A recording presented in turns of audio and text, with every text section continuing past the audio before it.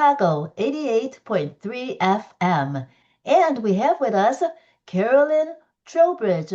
She is a jazz artist and she is uh, a genius at playing the vibraphone. Yes. So, Carolyn, where, why the vibraphone? What hooked you to the vibraphone?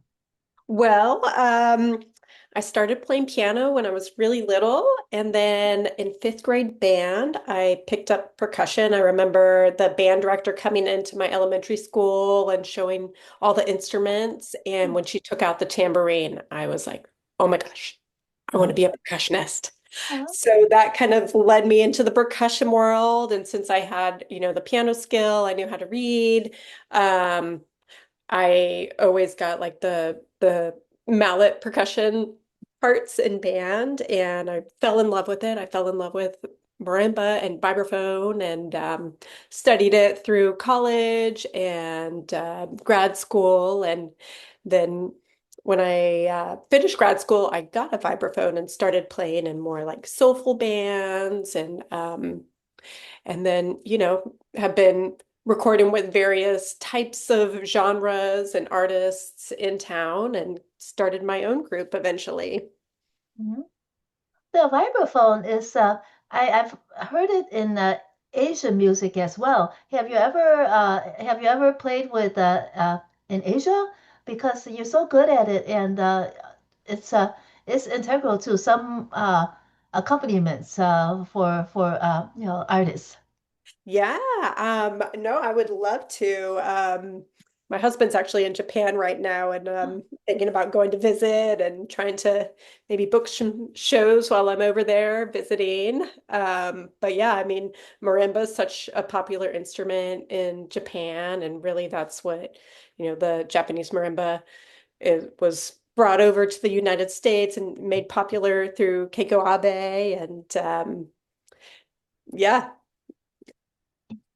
When you started studying piano when you were small, at that time when you really started, did you enjoy it? Did you have any idea that you would, enjoy it so much?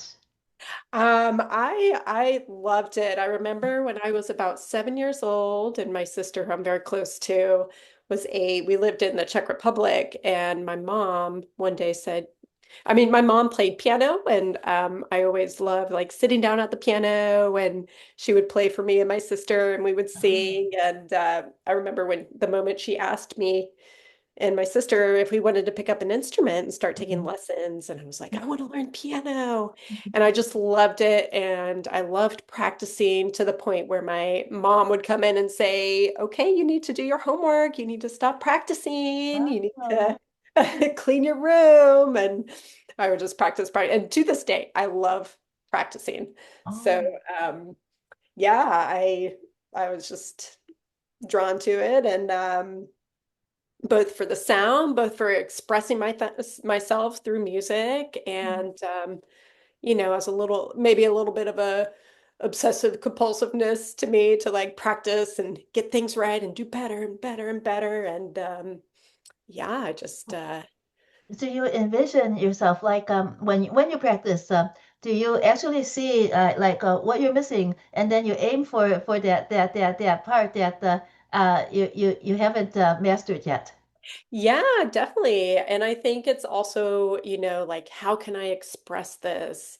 Um, how can I express this phrase? How can I do it better? And what other emotions can I bring into it? And oh, it felt so good to express it that way. I want to do it again and again and again. And yeah, just really connecting to the music and to the instrument. And yeah, really, really love it. When my partner Bill Morton he mentioned that the fond memories uh, he was thinking that it might be you might be trying to express like someone with dementia and trying to find their memories again. That was what he was thinking. But then I listened to it and it seems so cheerful. But is there any connection to what he said? And plus, there's still that connection to what I heard too. Yeah, definitely. I called it Found Memories because I was very inspired by this Japanese composer, Jun Miyake. Mhm. When I heard his music, that was kind of the moment that I was like, you know what? I want to write music. I want to write music like that. And he has um, a series called The Lost Memory Theater, and the idea Oh, is you go sit in a room and experience through music and through performance you find these lost memories. mhm. So I was very inspired by him, very inspired by the concept of finding memories. And, it's just music is such a powerful thing to evoke these memories. I feel like it's the one way you can go back in time and re-experience, your childhood. So a lot of the tunes I write, I don't necessarily have an idea of what it's going to be called, the name of the tune for a while. It's usually like, song one, song two, and then it evokes these memories. For example, um, I'm trying to think on the album what like the old women who never grew older that when I wrote that tune it just instantly reminded me of living in the Czech Republic and this painting that my parents bought of this elderly woman Oh, and the Prague being kept so pristine during the war and time moving forward as the city stayed in the same preserved state.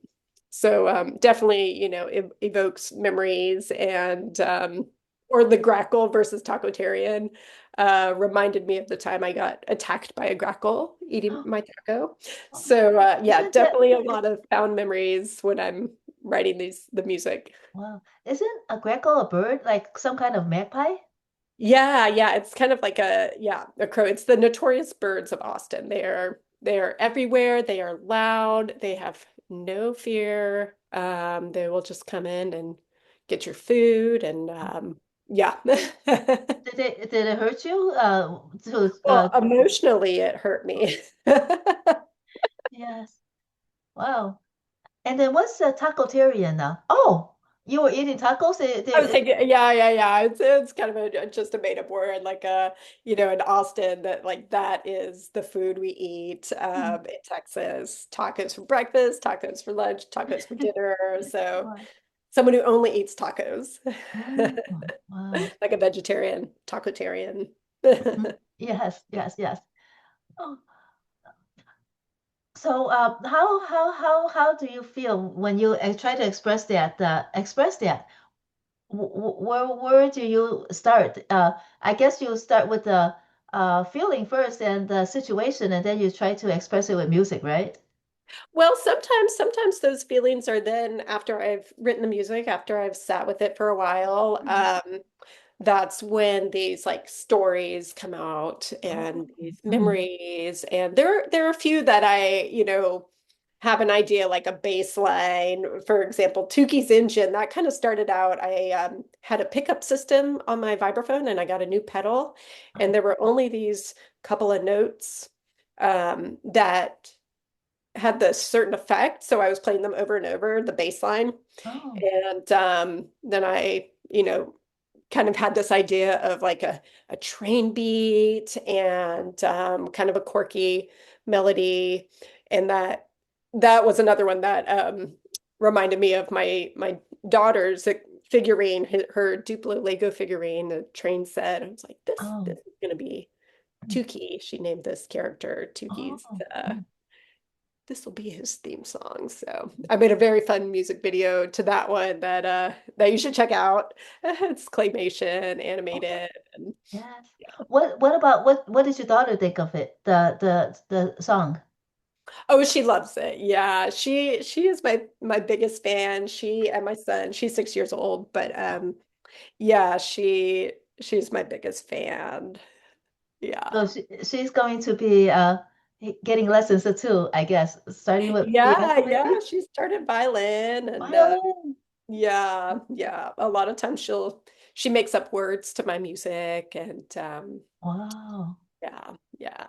Very, very sweet. Have great support from my for my kids. Hmm. She wants to come to all my rehearsals, all my shows.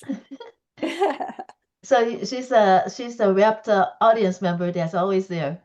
Oh, yes, yes. And what about the Phaisalia's journey? What's the story behind that? Yeah, that was so when I wrote that, I had it kind of made me think of like a kind of a it made me think of a jellyfish, of Oh, specifically a Portuguese man of war. uh, I love jellyfish. I think they're just such incredible creatures. And years ago, I had this very vivid dream that I was holding a jellyfish in my bedroom, and then this light just exploded from it. And in that moment, I said, jellyfish know all the answers to the universe, to the secrets of the universe. And so then I kind of, from that dream on, went down this jellyfish rabbit hole, and I was watching jellyfish videos every night and just totally mesmerized by them. And so the Fassalia's journey is like based off the Portuguese man of war, just this, jellyfish ominously like floating along, and it's a whole colony of organisms living as one unit, and yeah, I just and think you've they're seen the live ones too, right? Maybe some. now I love jellyfish, but I would not want to Oh, yeah, be maybe some. around them. I mean, like in aquariums, in Aquariums. yeah, Yes, like yes. I zoos think and I've all that. seen a Portuguese man of war too at the coast in Texas, so we have them there. So when you had that dream and then the light exploded, did anything special happen afterwards that maybe that dream foretold? Um, I mean, it just kind of like gave me a new, interesting perspective Okay. on the world and the universe, and yeah, yeah, it was inspiring. So when you play the vibraphone, do you have you seen yourself change over the years? Like how what are the separation if what is the separation between maybe different phases of your musicianship? Oh yeah, that's a great question. I started out as a classical musician. Mhm. Although like I remember learning my first Mozart pieces when I was learning piano, and I would start improvising, when I was 7 years old, 8 years old. And then, my mom, who's very by the book, would come in and say, you need to play what's on the page. Um, which I would do. Reading music is hard to learn. Um, but now I love reading music. But I always enjoyed improvising. I always enjoyed writing. But I never really shared the music I wrote until I wrote this album. And yeah, so, then I took jazz lessons and started to get into that world a little bit more. But I'm definitely like classically influenced, or experimental. Um, but yeah, and I think with the vibraphone, like I feel like I'm becoming more and more one with the instrument, and being able to, make it sing the way that I really feel like I want to express. Jazz is about a lot of improvisation. So when you found jazz, did you determine to make the connection right away, combine classical with jazz? What were you thinking at the time and over the years at that time? Yeah, well, mostly I have just wanted to be myself. Wanted, um I don't necessarily feel like I'm any particular genre. Just I think the biggest compliment that people have given me on this album is like, well, I don't know if it's jazz or classical or this, Mhm. but it sounds like you. This sounds like Carolyn. This is your world. And so I think that's such a cool compliment, because I do have a lot of different influences between, jazz and classical and world, and even percussion ensemble music, you And know, Latin too, right? or Latin. Yeah. So it's kind of a mix of all my influences. And I think my dad, he's also my biggest support. He always compliments my music, and I realized, well, it's kind of based off all the music I grew up with, that he would put on, and so yeah, it's Does he sometimes give you a critique as well? oh yes, oh yes, Yeah. And yes. he's a musician too? He's not, but he has a great ear, and he's got a lot of opinions. So what did he like when you were growing up?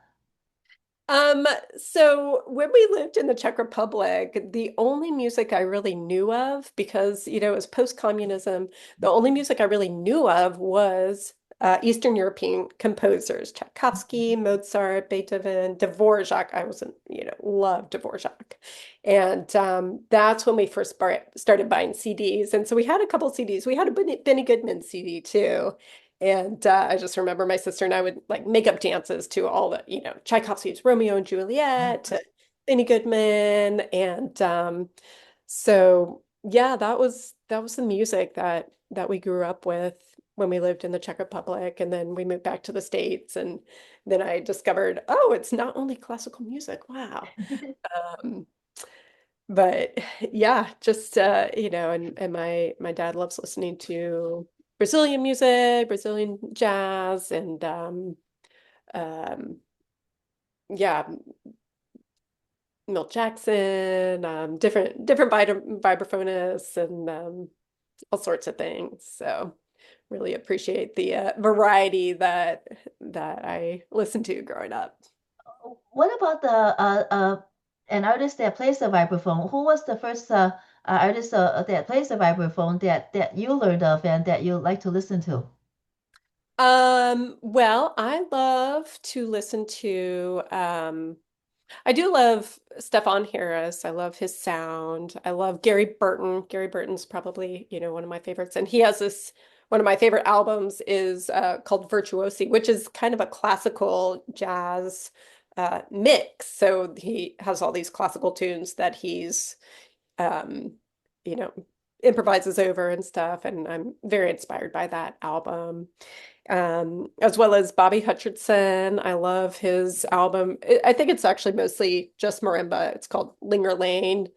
Um, but, also I feel like I'm more inspired by the different composers or different sounds. Like I love Exotica. I love the quirky sounds of Esquivel and Les Baxter. And yeah, I would say those are a lot of my influences.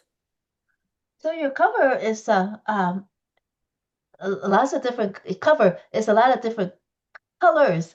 Uh, do you imagine your songs ever and your music ever in color? Like maybe that tune, it seems like a certain color. Do you ever think that way? Um, I feel like just in general, I'm a very colorful person, and I loved working with the album, the designer, the artwork. His name's Fumi. And he's local. He's a Japanese designer and a musician, and he's done a lot of really amazing posters and album covers, and I just knew he could bring my concept to life. And so we did go back and forth a few times. Like, the idea was that the centerpiece, there would be these found memories that would be revealed, and then they kind of come out and fade. So, like on the album, you'll see the jellyfish that's kind of fading as it steps out of the centerpiece. Ah, Um, and I love the vibrant color. We went back and forth on colors for a while, and there was some more dull colors. And I'm like, I think, for me, representing me, I love the bright colors. And I think also the colors he ended up using are very kind of tropical, kind of this exotica style. So yeah, there's a lot of like little characters on the cover that are represented in the cover, also in the music. Like you see the turtle from Turtle Heart and Tuki's engine. The cat, the centerpiece, the cat is actually from the first track, Thank You for the Memories, Thank You for the Laughs. That was dedicated to my cat of 20 years, Misha. Uh, Uh, so yeah, he did an amazing job with the yeah, I was wondering, how did that cat figure into the cover? yeah, yeah.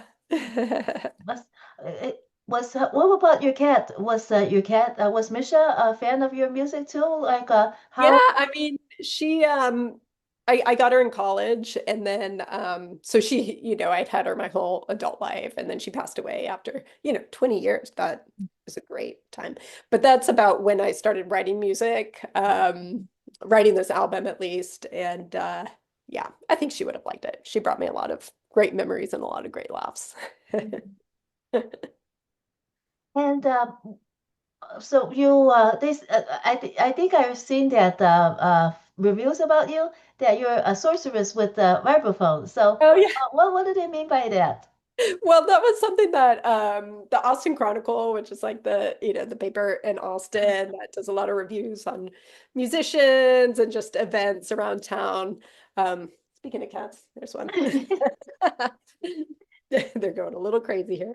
Um, but yeah, I think in one review or one show that I had coming up. Oh yeah, that's right. Okay, so I was a featured artist for Graham Reynolds' Ruins Christmas concert. Graham Reynolds is a well-known composer from Austin, and every year he puts on a Christmas concert where he just kind of, you know, destroys the Christmas music, and there's like boxes of presents on stage, and he ends up smashing them and throwing them, and it's a lot of fun. So I was one of the featured artists that year, and I think on for the Chronicle when they wrote up announcement about it, they called me the vibraphone sorceress. So which I think is just that's pretty fun.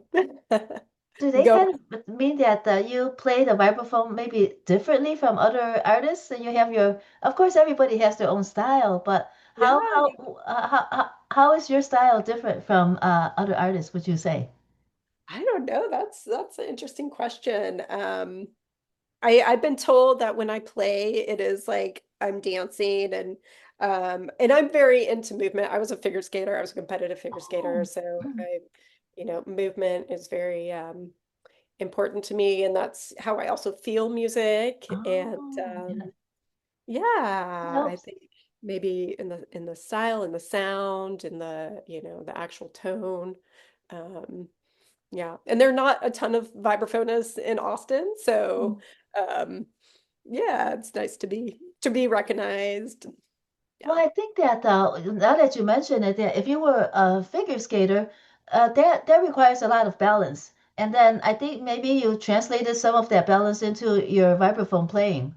yeah, I think that, that's totally true. Yeah, What about I see that you say that you practice a lot. It's I hear that from some artists that it's very easy to injure yourself if you practice too much. But since you trained in figure skating, did that somehow help you prevent repetitive injuries?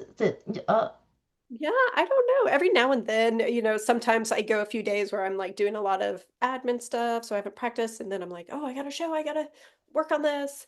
And then, I do end up like having some soreness, but I've never injured myself for an extended period of time, and I feel very fortunate of that. I think I'm, maybe the way I'm built, or I'm just aware of like posture and movement, and fluidity that, has really benefited my stamina as a musician and prevented injury.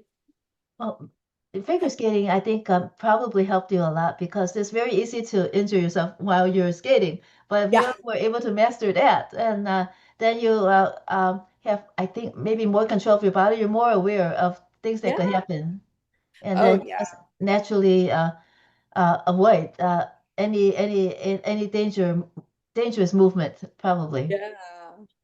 Yeah, I think sports and just being aware of your movement is like really important. I taught middle school for a long time, and I know when we had the fifth graders come in and try out instruments, that was always a big question. Have you done any sports? Do you know how your body moves? And Oh, for a lot of middle school boys, like they're still learning who they are and what their body is. Mhm. So it was always like pretty obvious the ones who um, had done sports and percussion is such a physical instrument that it can really benefit to have that background and knowing how your body moves. Yes. So yeah, same with you then. Okay, that makes a lot of sense.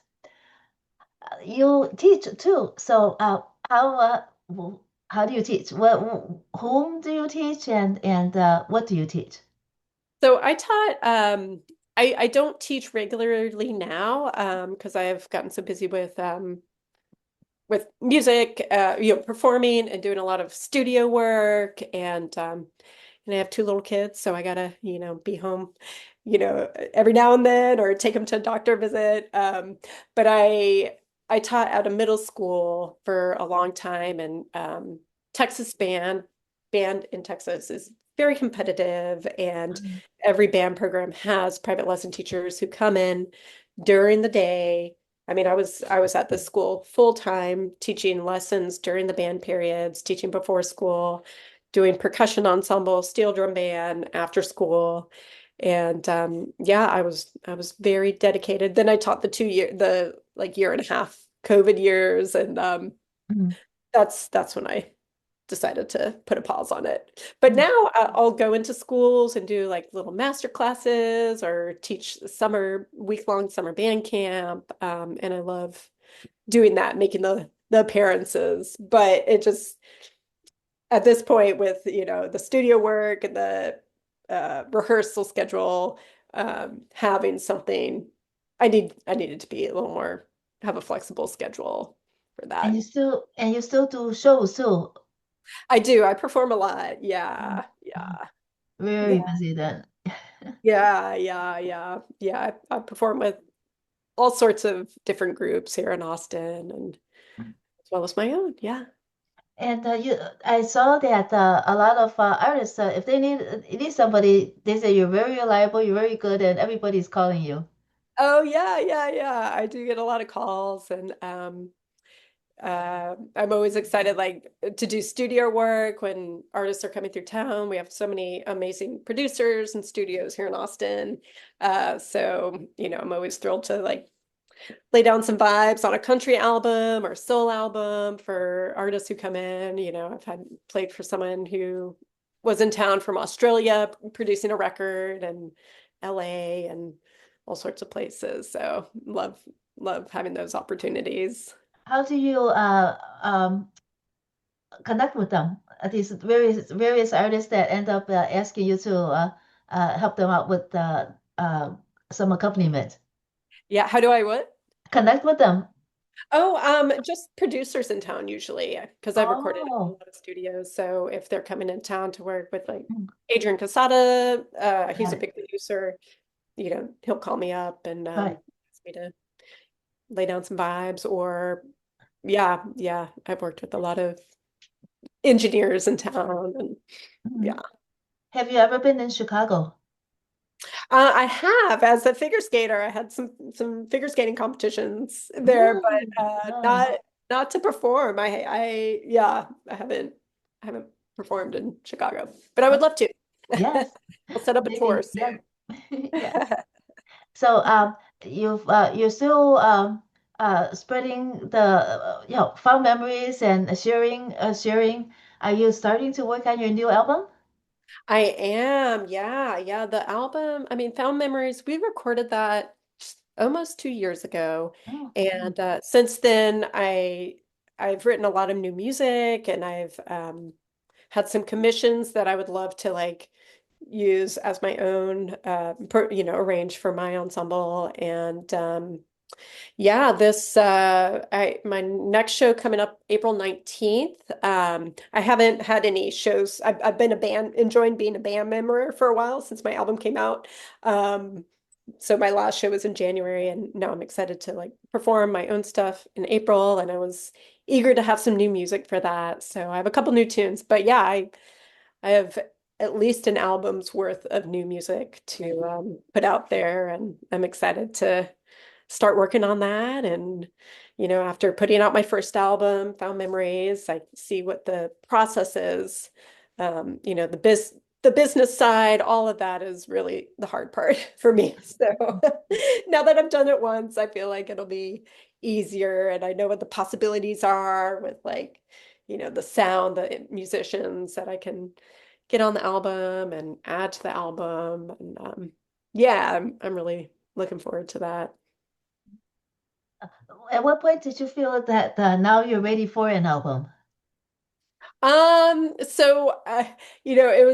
probably played about 3 gigs with my group when I started my band. And then a friend came up to me. He booked me for the show with his band, and he said, Carolyn, you're ready to put out an album, and I want to produce it. And I was like, really? I don't know. Okay, yeah, sure. So he felt I was ready, and I feel like very fortunate to have so many musicians in town who believe in me and who are eager to play with me. And yeah, it just, the stars aligned. And so yeah, we recorded and then it was like, what do I do next? I don't know. What do you do after you record? I've recorded on so many other people's albums, but like it's such a process to after you record. But I learned, I know what to do now for next time. Is it hard to like keep playing to are the opportunities always available? Because I know that there are other performing arts it's very hard to get the work. Yeah. What since you're unique in being so masterful in the vibraphone, is it easier for you to get more work? Yeah, I've been very fortunate. A lot of people ask me to play with them and both vibraphone, percussion. I also do like DJ percussion gigs. I just played one in San Antonio this weekend for weddings where I played percussion along to a DJ. There's a lot of amazing opportunities and I also feel fortunate that I'm at a point where I can turn down some gigs if I'm like, I'm momming this weekend. I gotta be a mom. I can't be out late. So, um, yeah, I've been very fortunate. You on the album, it says that there are a couple of tracks. Well, I think the introduction says that you play vibraphone and this and that, and also there has a voice too. So, is there a song that I missed that you actually sang? I thought I listened So to the whole album. yeah, no, there's a couple tracks with vocals on them. Oh. Caitlin Palmer is she's a singer in one of the bands I play in, and so I love the one thing about Exotica style that I love, Les Baxter, Mhm.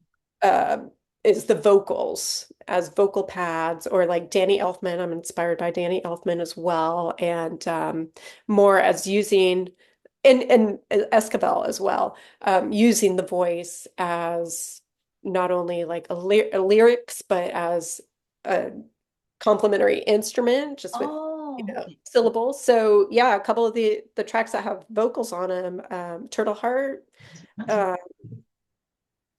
uh, Chopin Seance has vocals.